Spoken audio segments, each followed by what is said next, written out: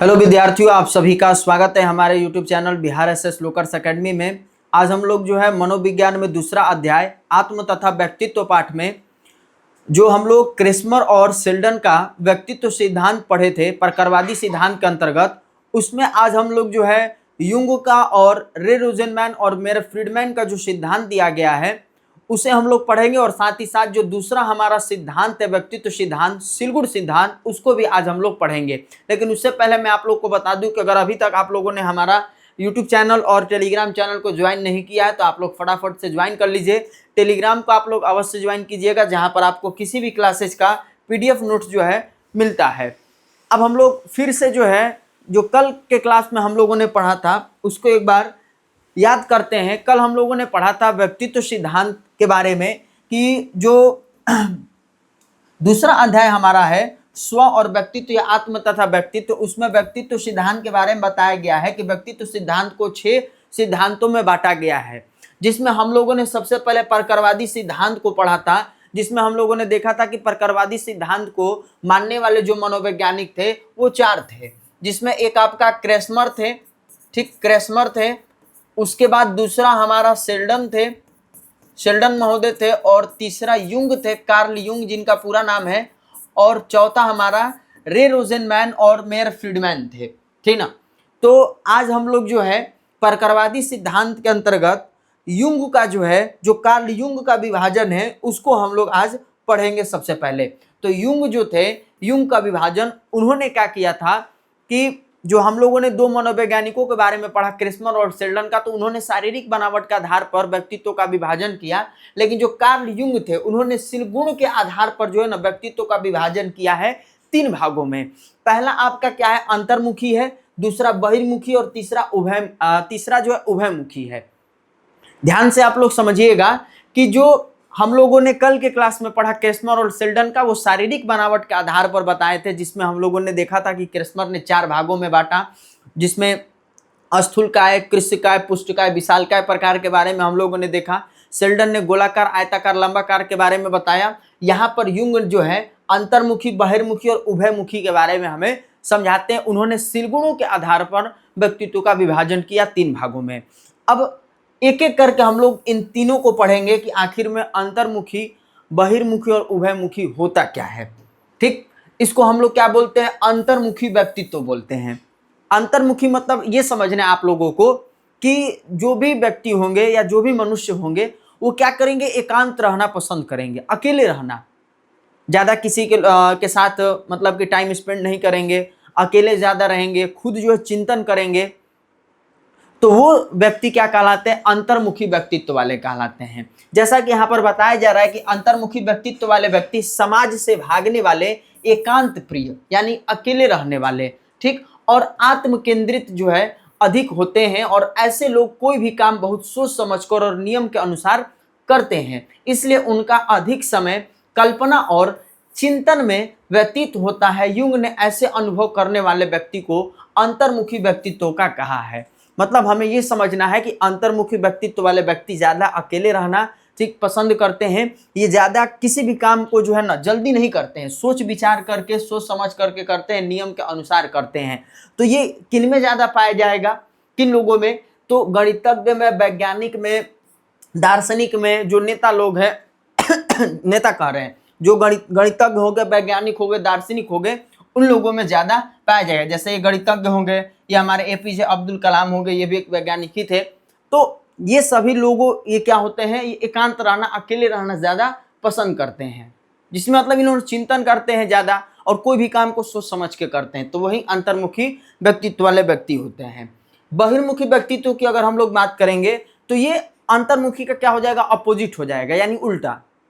ये क्या करेंगे, सामाजिक लोगों के साथ, अलग अलग लोगों के साथ संपर्क में रहेंगे, उनके साथ संबंध बनाएंगे, उनके साथ मतलब कि रहने के साथ साथ जो है समाज के बारे में सीखेंगे, अनुभव प्राप्त करेंगे, मतलब अकेले रह करके नहीं, लोगों के साथ रह करके।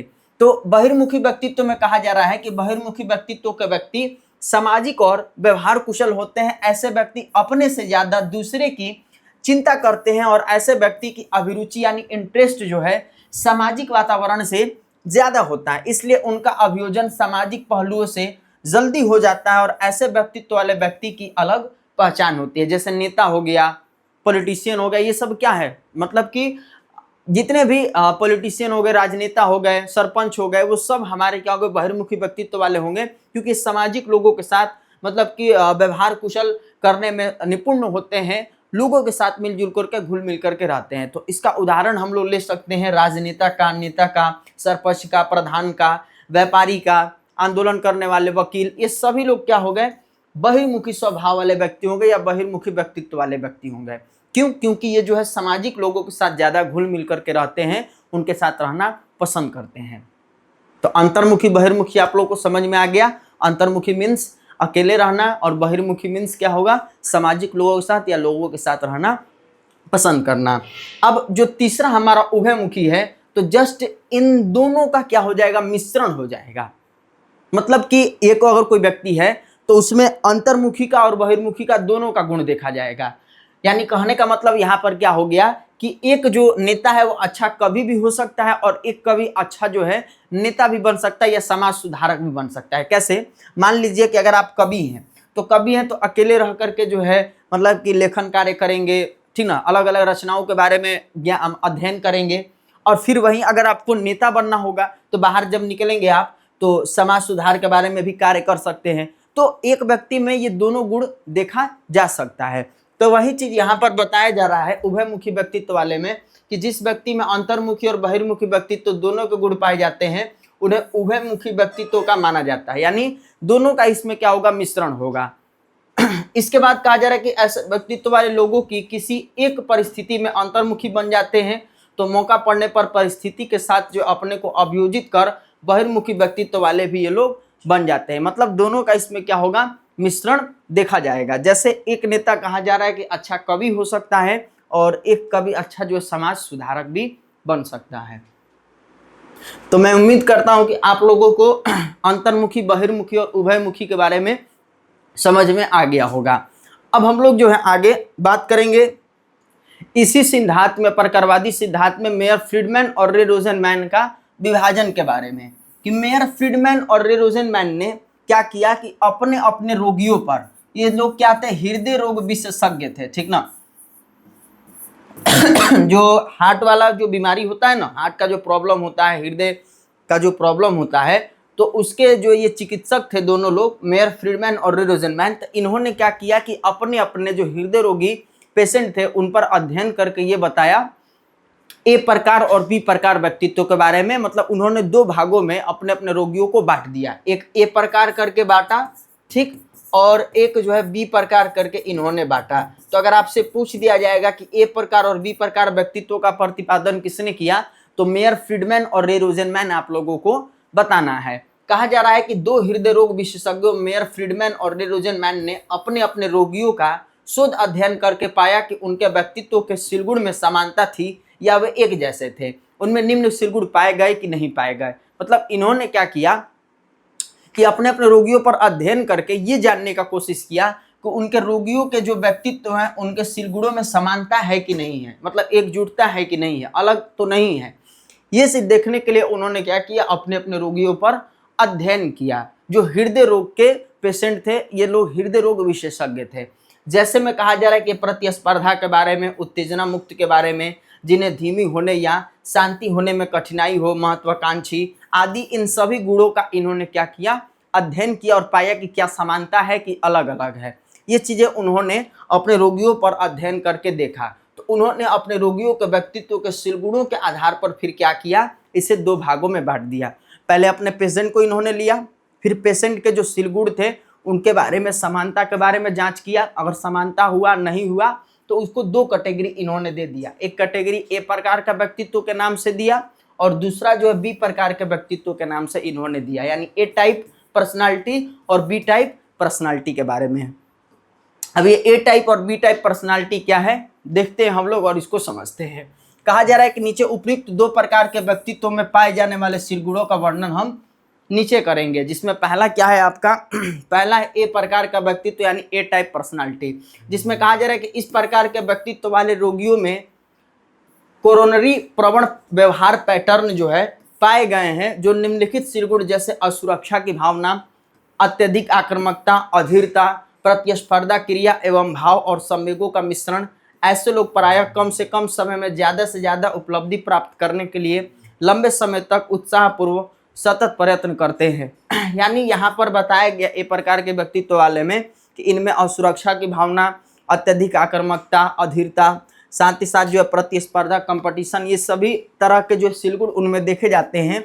और ये लोग जो है प्रायः कम से कम समय में ज़्यादा से ज़्यादा जो उपलब्धि प्राप्त करने के लिए लंबे समय तक उत्साहपूर्ण रूप से सतत प्रयत्न करने का कोशिश करते हैं। एक प्रकार के व्यक्तित्व वाले जो हृदय रोग के ही पेशेंट हैं। लेकिन बी वाले हृदय रोग के पेशेंट है, लेकिन इसमें कुछ सिलगुण में क्या होता है, अंतर देखा जाता है। जैसे कहा जा रहा है कि बी प्रकार के रोगियों में ए प्रकार के व्यक्तित्व वाले रोगियों में पाए जाने वाले सिलगुणों का क्या होता है, अभाव देखा जाता है। मतलब जैसे ए वाले में हम लोग जो गुण को देखें, बी वाले में वो गुण नहीं देखा जाता है, मतलब उसमें अंतर हो जाता है, यानी उसका अभाव हमें देखने को मिलता है। जैसा यहाँ पर बताया गया कि इनमें सहजगामी, ठीक ना, सहजगामी का गुण, असहयोगी, धीमा, शांत, ये तनाव मुक्त होते हैं और दीर्घायु होते हैं, तो ये गुण इनमें देखा जाता है बी वाले में। लेकिन ए वाले में इस तरीके का गुण देखने को नहीं मिलता है। तो दोनों में क्या हो गया, अंतर हो गया। तो इसलिए तो मेयर फ्रीडमैन और रे रोज़नमैन ने क्या किया, इसे दो भागों में बांटा, ए और बी करके इन्होंने प्रकार में बांटा है। आगे फिर क्या बताया जा रहा है, कहा जा रहा है कि कई वर्षों के शोध अध्ययन के बाद उन्होंने पाया कि दोनों प्रकार के रोगियों में हृदय धमनी रोग से आक्रांत में विशेष अंतर पाया जाता है। ए प्रकार के रोगी बी प्रकार के रोगियों की अपेक्षा हृदय रोग से पीड़ित थे और आक्रांत होने की संभावना दोगुनी पाई जाती है। यानी बी प्रकार के रोगी ज़्यादा दीर्घायु होते हैं, सोचते उससे कम है, तो लंबा समय तक जीते हैं। तो ए वाले जो है बी की अपेक्षा में ज़्यादा हृदय रोग से पीड़ित होते हैं, मतलब ये ज़्यादा गंभीर रूप से बीमार होते हैं और इनकी मृत्यु होने के भी चांस, और इनका जो आयु जो है लंबा भी नहीं होता है, जल्दी मरने का भी इनका जो चांस रहता है बी की अपेक्षा में। आगे कहा जाए कि आक्रांत होने की संभावना इनकी क्या होती है, दोगुनी होती है ए वाले की। और ए प्रकार के रोगियों में उच्च रक्तचाप यानी ज़्यादा ब्लड प्रेशर, मतलब ब्लड प्रेशर ज़्यादा हाई होता है, उच्च वसा का स्तर, अधिक तनाव एवं धूम्रपान के कारण यह पाया जाता है। यानी ए प्रकार वाले रोगियों में ज़्यादा समस्या देखने को हमें मिलता है। इसके बाद आगे बताया जा रहा है कि उनके सामाजिक अंतःक्रियाओं में विरोधात्मक, रूखापन, कठोरता एवं असहयोग की प्रवृत्ति पाई गई और इसी कारण वे स्वास्थ्य संबंधित खतरों की ओर उन्मुख रहते हैं। और बाद के शोध अध्ययनों से उपयुक्त दो प्रकार के व्यक्तित्व के अलावा एक तीसरे प्रकार के व्यक्तित्व का पता लगाया, जिन्हें हम सी प्रकार के व्यक्तित्व की संज्ञा देते हैं। और सी प्रकार के व्यक्तित्व का प्रतिपादन किसने किया, तो मोरिस के द्वारा किया गया है। याद रखिएगा, मोरिस के द्वारा किया गया है। ए और बी मैं फिर से आपको बता दे रहा हूँ कि मेयर फ्रीडमैन और रे रोज़नमैन ने ए और बी प्रकार के व्यक्तित्व के बारे में बताया, जिसमें उन्होंने यही बताया कि जो ए प्रकार के व्यक्तित्व वाले या सिलगुण वाले व्यक्ति हो गए, इनमें जो सिलगुण देखा जाता है वो बी की अपेक्षा में ज़्यादा गंभीर रूप से होता है, जिसमें इनकी चांसेस बचने की कम होती है, और ए वाले की ज़्यादा होती है, ये दीर्घायु होते हैं, ठीक ना। तो ये चीज़ उन्होंने बताया। अब सी वाले में क्या बताया गया है, तो ये कैंसर रोग से, यानी जो कैंसर वाले पेशेंट होते हैं उसके बारे में यहाँ पर बताया गया सी वाले में। पहला और दूसरा में क्या कहा गया, हृदय रोग विशेषज्ञ के बारे में बताया गया, इसमें आपको कैंसर वाले के बारे में बताया गया। तो सी प्रकार के व्यक्तित्व के रोगियों में कैंसर उन्मुख प्रकार की संभावना अत्यधिक पाई गई है। और मोरिस ने इस संबंध में अध्ययन किया है कि उन्होंने पाया कि सी प्रकार के रोगियों में पाए जाने वाले सिलगुण निम्नलिखित हैं, जैसे निषेधात्मक भाव हो गया, विनीत एवं धैर्यवान, ठीक ना, ऐसे लोग अधिकारों का सम्मान और बड़े बुजुर्गों का आदर और उनके आज्ञा का पालन करते हैं। तो जो कैंसर रोग से पीड़ित व्यक्ति हैं, जो मोरिस के द्वारा इसका प्रतिपादन किया गया सी प्रकार के व्यक्तित्व का, तो इसमें बताया गया कि उनमें कौन कौन से गुण होते हैं, तो विनीत और धैर्य का इनमें जो है ना सिलगुण देखा जाता है। साथ ही साथ जो है इनमें इन लोगों में क्या होता है, अधिकारों का सम्मान करना, बड़े बुजुर्गों का आदर करना, ये भाव इनमें देखा जाता है।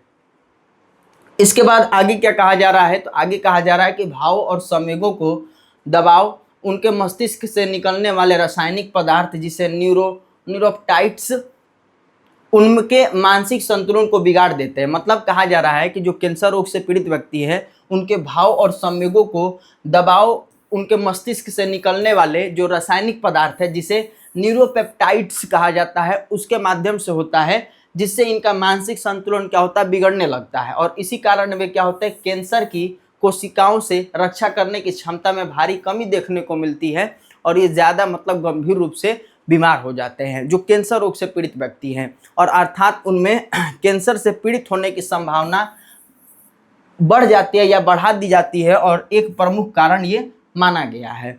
ऐसे लोगों में फेफड़े का कैंसर होने की संभावना ज़्यादा होती है, यानी सी प्रकार के व्यक्तियों में ज़्यादा ये बताया गया है कि ये लोग फेफड़ा का जो कैंसर होता है ना, लंग कैंसर, उससे ज़्यादा ये ग्रसित होते हैं। आगे कहा जा रहा है कि अंत में हम यह कह सकते हैं कि ए और बी प्रकार और सी प्रकार के व्यक्तित्व में पाए जाने वाले सिलगुड़ और उनके हृदय रोग एवं कैंसर से पीड़ित होने की बहुत संभावना जो है देखी जाती है।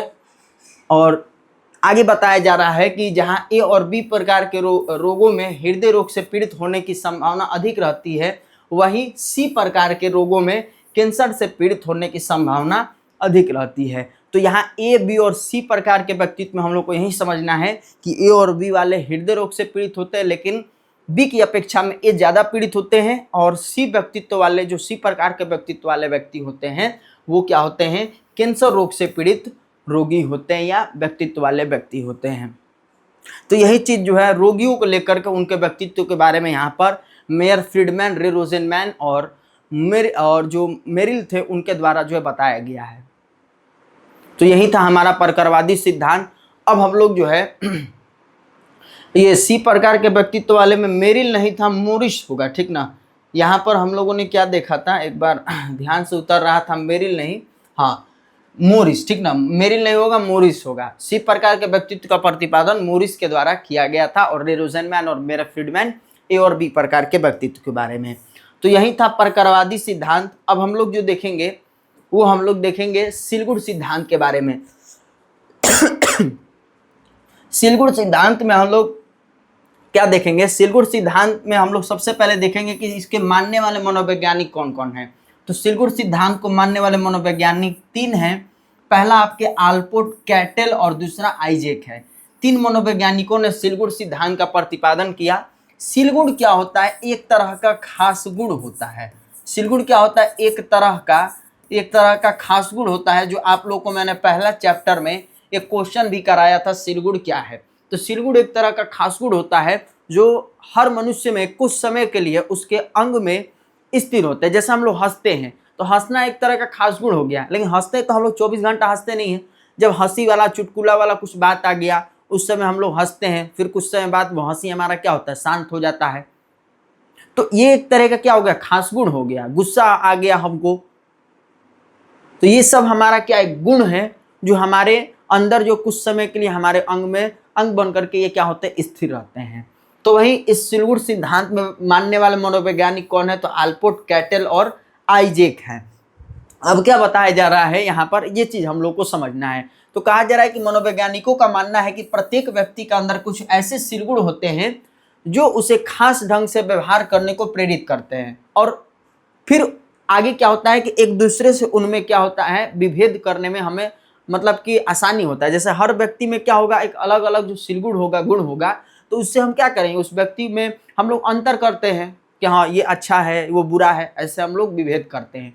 तो वही कहा जा रहा है कि मनोवैज्ञानिकों का मानना है कि प्रत्येक व्यक्ति के अंदर कुछ ना कुछ क्या होता है, सिलगुण देखा जाता है जो उसे खास ढंग से व्यवहार करने को प्रेरित करता है। उनका मानना है कि सिलगुण के कारण ही एक व्यक्ति का व्यवहार दूसरे व्यक्ति से क्या होता है, अलग होता है। अब एक जैसा नहीं होगा। अब हमारा जैसा व्यवहार है, हमारे अंदर जैसा सिलगुण है, वैसा हम व्यवहार कर रहे हैं। दूसरे व्यक्ति में जैसा मतलब कि सिलगुण होगा, वो उस तरीके के अनुसार व्यवहार करेगा।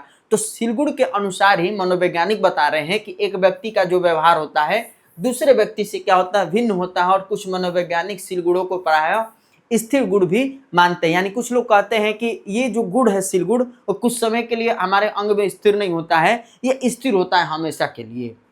तो ये भी बताया गया है। तो आइए हम लोग आगे और भी कुछ जानकारियों को देखते हैं। कहा जा रहा है कि उनके अनुसार सिलगुण व्यक्ति की ऐसी विशेषता है जिसके कारण व्यक्ति विभिन्न परिस्थितियों में लगभग एक समान जो है ढंग से व्यवहार करता है, और इसी मान्यता के आधार पर व्यक्ति के व्यवहार का प्रायः पूर्वानुमान कर लेते हैं। जैसे कोई व्यक्ति बहुत ईमानदार है तो माना जाता है कि ऐसा व्यक्ति हर परिस्थिति में ईमानदार ही होगा। यानी कहने का मतलब ये होगा, यहाँ पर बताया गया कि कुछ मतलब कि ऐसे सील गुण होते हैं व्यक्ति में, या ये बताया गया है कि हर परिस्थिति में जो है ना उस व्यक्ति का सील गुण क्या होता है, लगभग एक जैसा होगा। जैसे कोई अगर ईमानदार व्यक्ति है तो हर परिस्थिति में वो क्या होगा, व्यक्ति ईमानदारी ही होगा। ये चीज भी बताया गया सील गुण को लेकर के। तो गुण व्यक्ति में क्या होगा, सील गुण अलग अलग तरीके के होते हैं। अब कौन कौन से गुण होते हैं व्यक्ति में, तो आइए यहाँ पर हम लोग देखते हैं आगे। कहा जा रहा है कि पर यह पूर्वानुमान जो है कभी कभी गलत भी पाया जाता है, क्योंकि ईमानदार व्यक्ति भी कभी कभी परिस्थितिवश, जैसे उसको पैसों की ज़रूरत है, घर का खर्चा चलाना है, परिवार का जो है खर्चा चलाना है, बच्चों का मतलब कि कपड़ा लाना, रुपया पैसा क्या उनका जो है स्कूल में फीस जमा करना, मतलब हर तरह की परिस्थितियाँ हो गई, तो ईमानदार व्यक्ति भी कभी कभी क्या करता है, बेईमान भी बन जाता है। तो हम ये नहीं कहेंगे या ये पूर्वानुमान नहीं लगाएंगे हम कि अगर वो ईमानदार व्यक्ति है तो उसमें ईमानदारी का गुण है तो हमेशा के लिए ईमानदारी का गुण रहेगा। नहीं, परिवर्तन होगा। लोग मानते हैं कि सील गुण स्थिर होता है, लेकिन ऐसा नहीं, उसमें परिवर्तन देखने को मिलेगा। जैसा कि यहाँ पर उदाहरण हमें दिया गया कि ईमानदार व्यक्ति भी परिस्थितिवश, जैसे पैसों की बहुत कमी के कारण बीमार बच्चों के इलाज के लिए या इलाज न करा पाना, या किसी तरह पैसों की कमी के कारण जो परिवार वालों को 2 वक्त की रोटी का इंतजाम न कर पाना, ये इस तरह की परिस्थिति अगर मनुष्य के पास आ रही है तो ईमानदार व्यक्ति भी क्या करेगा, बेईमानी करेगा। तो नहीं कह सकते हम लोग या पूर्वानुमान नहीं लगा सकते हैं कि व्यक्ति ईमानदार ही रहेगा किसी भी परिस्थिति में। अब गुण कितने तरह के हैं भाई, तो मनोवैज्ञानिकों ने व्यक्तित्व के कुछ प्रमुख गुणों की चर्चा की है और इनमें से कुछ का उल्लेख नीचे किया जा रहा है। अब कौन कौन से गुणों की चर्चा की है उन्होंने, इसको हम लोग बारीकी से देखते हैं। जैसे पहला है प्रभुत्व और अधीनता का सील गुण। प्रभुत्व मतलब किसी पर अपना जो है ना अपना कह सकते हैं, प्रभुत्व मतलब एक तरीके से हम लोग कह सकते हैं कि किसी को अपने अधीन करना, किसी को अपना गुलाम बनाना, ठीक। और अधीनता मतलब होता है हम किसी का क्या हो गए, गुलाम बन गए। तो ये दोनों तरह का गुण देखने को हमें मिलता है। प्रभुत्व एक तरीके से हमें समझना है कि जैसे हम अगर कोई नेता होता है, ठीक ना, हम नेता हैं तो हम क्या किए, जनता को अपने क्या किए, अधीन कर लिए, तो हम क्या किए, उन पर अपना प्रभुत्व स्थापित किए। तो इसका भी गुण व्यक्ति में देखा जाता है। अब किसी किसी व्यक्ति में देखते हैं अधीनता, यानी किसी का गुलामी का भी हम लोग स्वीकार करते हैं। मतलब हम क्या किए, किसी अन्य नेता, किसी अन्य बड़े लोग का क्या किए, अधीन हो गए, ठीक ना, उसके प्रति हम क्या हो गए, गुलाम बन करके रहने लगे। तो हम क्या किए, अधीनता को स्वीकार किए। तो इस तरीके का भी गुण हर व्यक्तियों में देखा जाता है, किसी में अधीनता का, किसी में प्रभुत्व का, किसी में सच्चाई का भी गुण होता है। हर समय वो सच्चाई भी बोलेगा, परिस्थितिवश जो है वो झूठ भी बोल सकता है, तो सच्चाई का भी गुण होता है। ईमानदारी और बेईमानी का भी गुण व्यक्तियों में देखा जाता है। लज्जा और संकोच का, यानी कोई लजाने वाले व्यक्ति होते हैं, कोई संकोची होते हैं ज़्यादा, तो वो भी गुण व्यक्ति में देखने को मिलता है। दृढ़ता यानी मजबूती, इनका भी गुण देखने को मिलता है मनुष्य में। इसी तरह कुछ और गुणों के बारे में बताया गया, जैसे ईर्ष्या, जिसको हम लोग आम भाषा में क्या बोलते हैं, जलन बोलते हैं। जलन भी होता है एक दूसरे से, ये भी एक सील गुण है। विनम्रता का, प्रतियोगिता यानी कि कंपटीशन का भी भावना होता है। प्रसन्नता का, खिन्नता मतलब होता है उदास, ठीक ना, खिन्नता मतलब क्या होता है, उदास होता है। अब प्रसन्नता मतलब होता है खुशी। तो ये भी गुण व्यक्तियों में देखने को मिलता है। और आक्रमणशीलता का भी। तो जितने तरह के सील गुणों के बारे में बताया गया, ये सभी क्या है, सील गुण हैं जो हर व्यक्तियों में रहते हैं और किसी न किसी समय में, किसी न किसी परिस्थितिवश व्यक्ति में उत्पन्न होता है। हम सभी में भी इन तरह के गुण देखने को मिलते हैं। तो यही सील गुण सिद्धांत के अंतर्गत गुणों के बारे में बताया गया है, जो आल्पोर्ट, आइजैक और कैटल मनोवैज्ञानिकों के द्वारा ये बताया गया, क्योंकि ये सील गुण सिद्धांत के मानने वाले ये 3 मनोवैज्ञानिक ही थे। अब हम लोग आगे जब हम लोग पढ़ेंगे नेक्स्ट क्लास में, तो जो नेक्स्ट क्लास होगा हमारे लिए बहुत ही महत्वपूर्ण होगा, क्योंकि उसमें हम लोग जो है क्या पढ़ेंगे क्योंकि आज हम लोगों ने अपना प्रकारवादी सिद्धांत और सील गुण सिद्धांत, ये 2 सिद्धांत को हम लोगों ने कवर कर लिया। जब हम लोग कल के क्लास में देखेंगे तो मनोगत्यात्मक सिद्धांत को पढ़ेंगे, जो सिगमंड फ्रायड के द्वारा दिया गया है। किसके द्वारा, सिगमंड फ्रायड के द्वारा इसका प्रतिपादन किया गया है। तो इसको हम लोग जो है पढ़ेंगे। इसमें हम लोग सिगमंड फ्रायड का जो मनोगत्यात्मक सिद्धांत है, इसमें चेतन, अचेतन, अर्धचेतन, इसके बारे में पढ़ेंगे। फिर इदम, अहम, प्रहम के बारे में, इन सभी के बारे में हम लोग अध्ययन करेंगे, मनोलैंगिक विकास के बारे में। तो आप लोग कल की क्लास में भी जुड़ना नहीं भूलिएगा, बहुत ही इंपॉर्टेंट है। बाकी आज का ये क्लास आप लोगों को कैसा लगा कमेंट में ज़रूर बताइएगा। और जो विद्यार्थी हमारे इस चैनल को अभी तक सब्सक्राइब नहीं किए तो फटाफट से आप लोग सब्सक्राइब करके बेल आइकन ज़रूर प्रेस कर दीजिएगा, ताकि हमारे नए क्लास के अपडेट आप लोगों तक पहले मिलते रहे। धन्यवाद।